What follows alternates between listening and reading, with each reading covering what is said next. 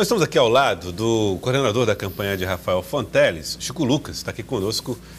Seja bem-vindo, coordenador. Boa tarde, Joelson. Boa tarde, Lídia. Boa tarde, Elivaldo Barbosa. E boa tarde a todos os telespectadores da TV Cidade Verde. Bom, nós vimos aí fotos e mostrando vereadores ou progressistas aderindo à pré-candidatura de Rafael Fonteles. Falamos que na semana passada o prefeito de Valença tinha anunciado um apoio que depois recuou. Como é que está essa movimentação e o diálogo do grupo de Rafael Fonteles com lideranças partidárias nesse momento que é definido, né, como pré-campanha eleitoral?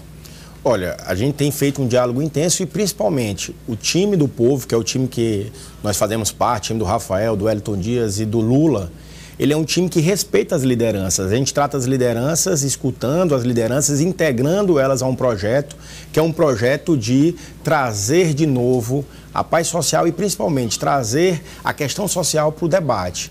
Diferente do ministro Ciro, que sempre trata as lideranças como se fossem objeto, né? Então é aquela questão de puxar ou de cooptar com emendas. Então, isso é a grande diferença que nós temos nesse tratamento. E a gente tem conversado, tem dialogado e tem principalmente escutado as lideranças e o povo do Piauí. E essas lideranças que a gente tem discutido e tem dialogado, tem escutado o povo, tem visto o crescimento da campanha do Rafael Fonteles e tem aderido ao nosso projeto. E isso não é só uma percepção do nosso movimento, mas é uma percepção de todos. E eu trago aqui números. O próprio ministro Ciro Nogueira, no lançamento da chapa de oposição, em fevereiro, ele dizia que tinha 140 prefeitos.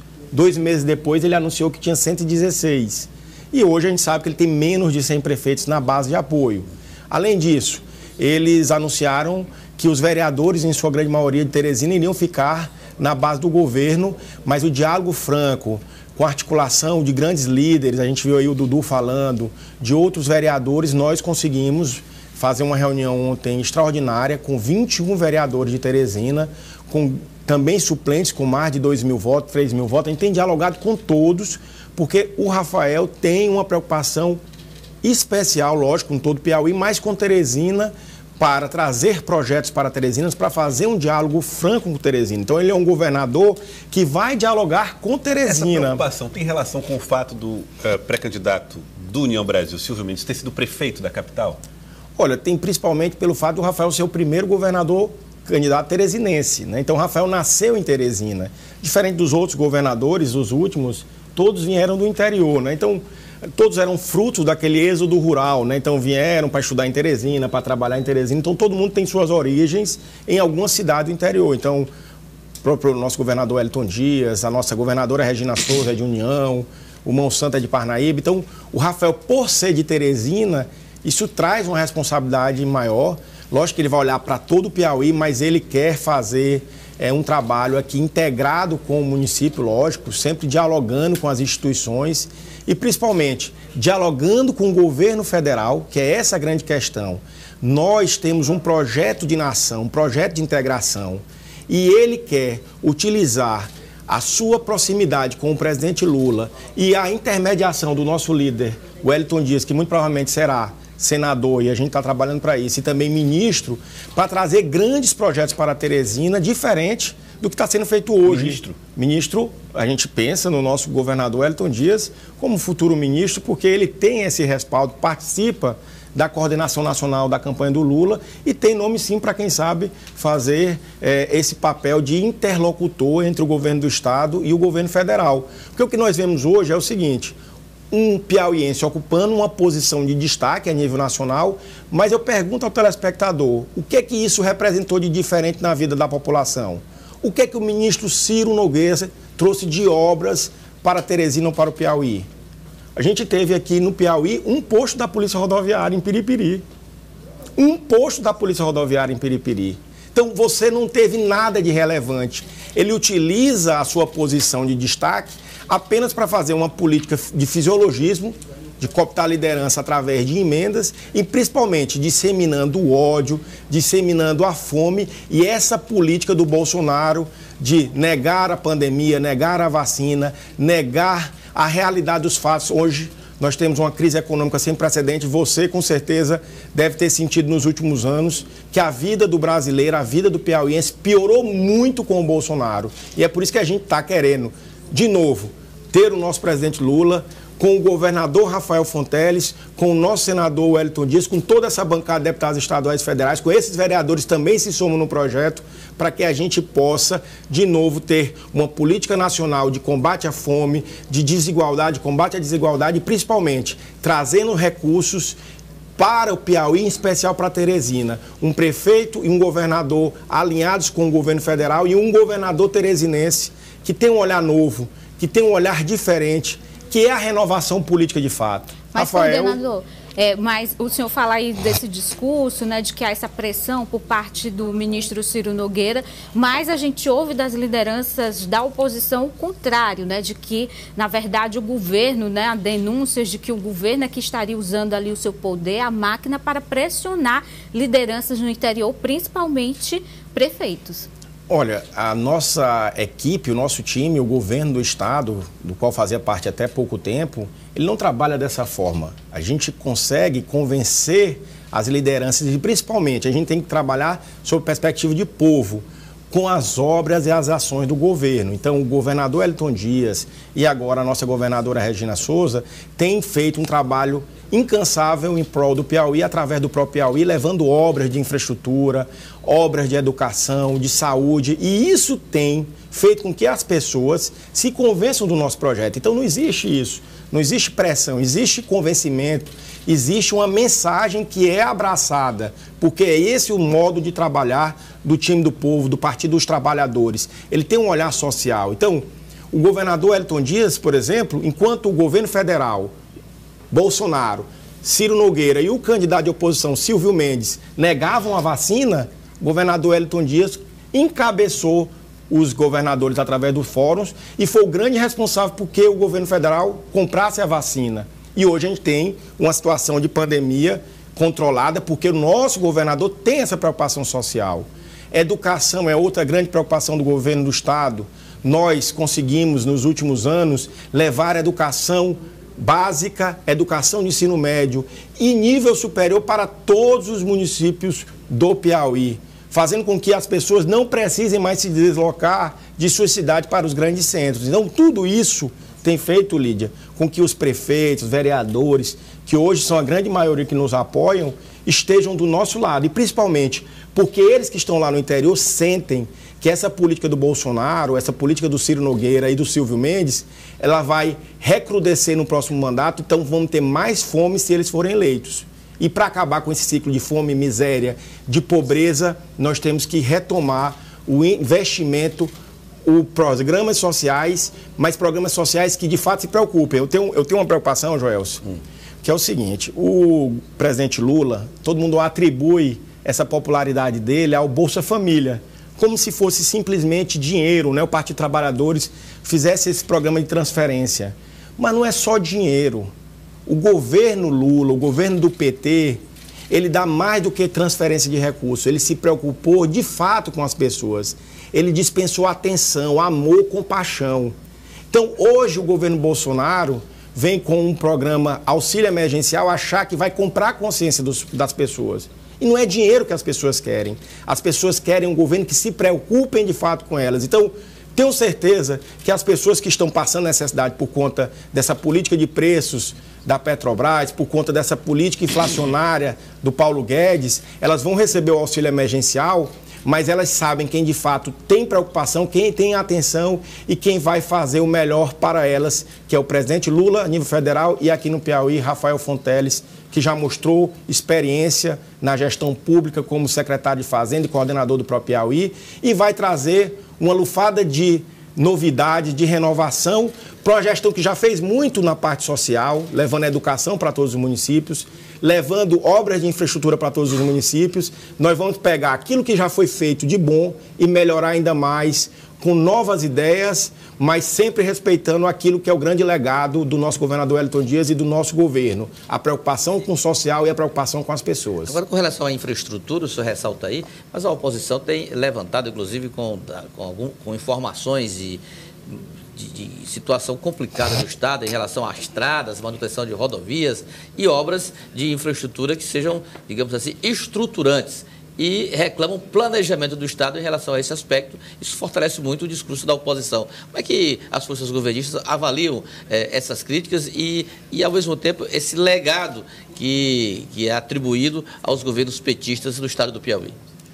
Elivaldo, ótima pergunta e eu respondo com muita tranquilidade. Antes do governador Wellington Dias, nós tivemos 150 anos de uma elite que tinha no poder, por exemplo, o ministro Petrônio Portela, da ditadura militar. A ditadura militar fez investimento em todos os estados e Petrônio Portela foi ministro. Lucídio Portela, pai da vice-governadora, candidata a vice-governadora Iracema Portela. O próprio Ciro Nogueira, o pai do Ciro Nogueira, foi deputado.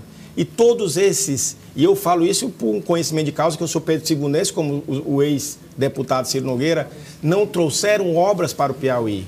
Então, se hoje nós temos problema em algumas estradas, em algumas que estão sendo recuperadas, é porque o governador Wellington Dias, que saiu lá de Parlandim, saiu de São João, teve a preocupação, primeiro, de ligar todos os municípios por asfalto. Então, hoje, todos os municípios do Piauí têm ligação asfáltica. A última cidade a ser contemplada foi Morro Cabeça no Tempo, que recebeu uma estrada entre Curimatá e Morro Cabeça no Tempo.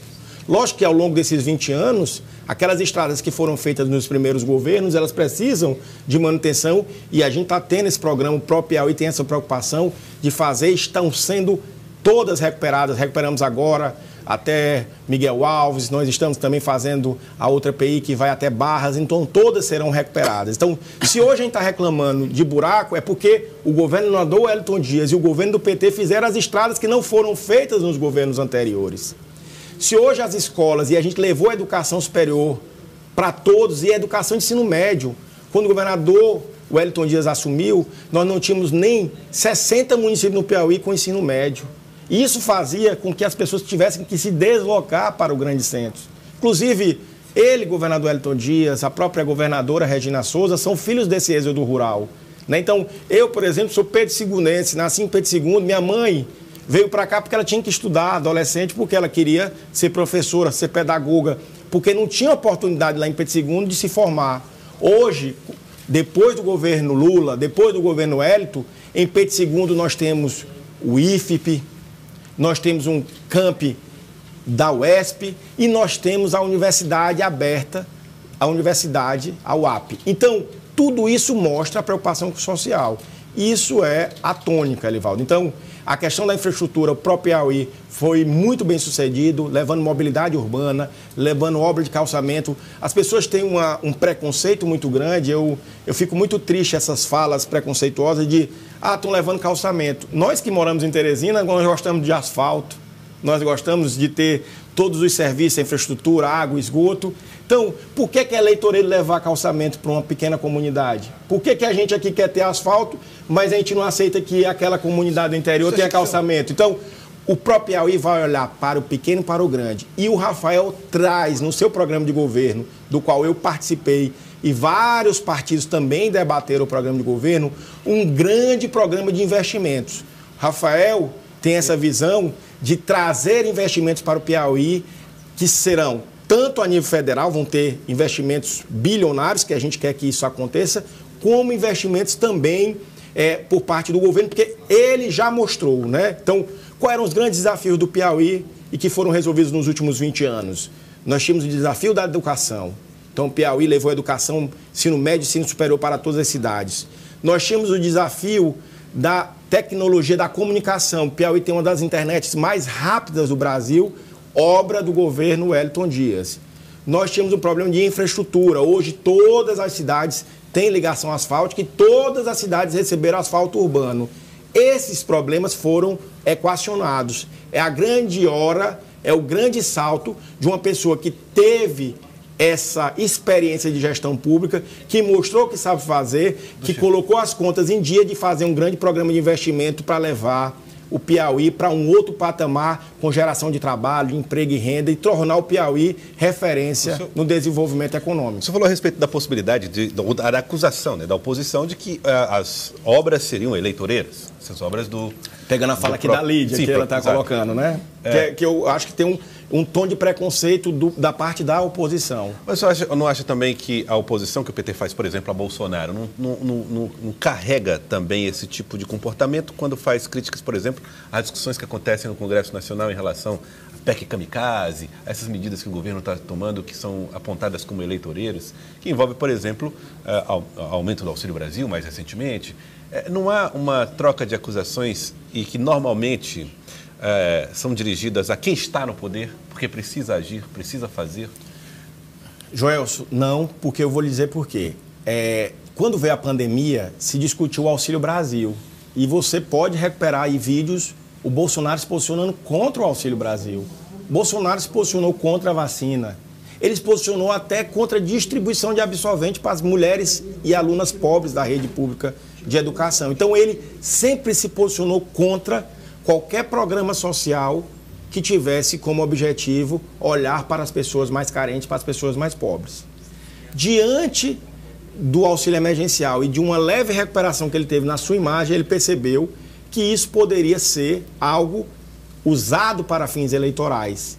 Mas, diferentemente do programa social Bolsa Família, que foi criado no governo do Lula, do PT, que tinha uma preocupação não só de transferir renda, mas tinha principalmente a preocupação de incluir as pessoas, porque havia uma série de outras contrapartidas. A criança tinha que estar na escola, ela tinha que manter o cartão de vacinação em dia, ele tinha que participar de curso. Então, Bolsa Família, ele tinha uma preocupação de ter contrapartidas sociais por parte dos beneficiários. O Auxílio Brasil, você, telespectador, sabe que ele só vai ser pago esse ano. Ele disse que não está garantindo o próximo ano. Ou seja, ele está institucionalizando o estelionato eleitoral. Ele está dizendo assim, vou dar para você R$600 e se você votar em mim, eu não garanto que vai ter no próximo ano. E pior, esse governo é tão... assim, eu tenho até falta de adjetivos, porque ele é tão ruim, canalha em alguns aspectos, que a pessoa que já está passando necessidade, que vai receber R$400, ele ainda liberou para a pessoa pegar empréstimo consignado numa operação junto com os bancos. Imagine, Joel, uma pessoa que vai receber R$400, uma família, está passando necessidade, que não consegue comprar um litro de leite, está R$10, vai ainda pegar empréstimo, ou seja, ele está institucionalizando a agiotagem com o benefício social. Isso, para mim, é um absurdo e mostra a diferença desse governo, que não tem uma preocupação social, com o nosso time, com o time do Lula, com o time do Rafael, com o time da Regina Souza, com o time do Wellington Dias, que se preocupam sim com as pessoas de fato. Veja a nossa governadora Regina Souza, que é uma mulher simples, é uma quebradeira de coco. Primeiro ato dela como governadora foi titular, e eu tive a honra de participar desse momento. A primeira comunidade quebradeira de coco do Brasil foi titulada no governo Regina Souza.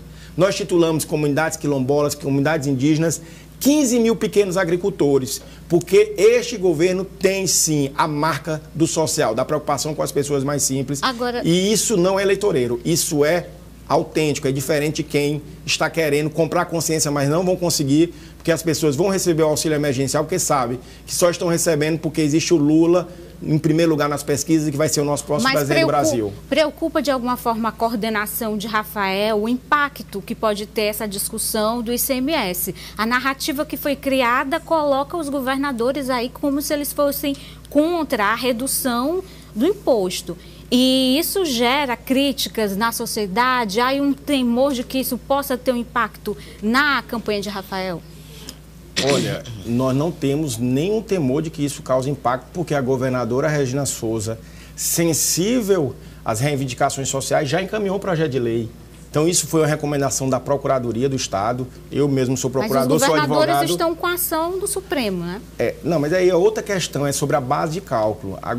Isso não causa impacto, até porque nós já encaminhamos o projeto de lei, próxima semana vai ser votado, e a gente vai ter a redução da alíquota do ICMS. Então, e isso vai mostrar para todos, e isso já aconteceu nos outros estados, que o grande problema não é o ICMS.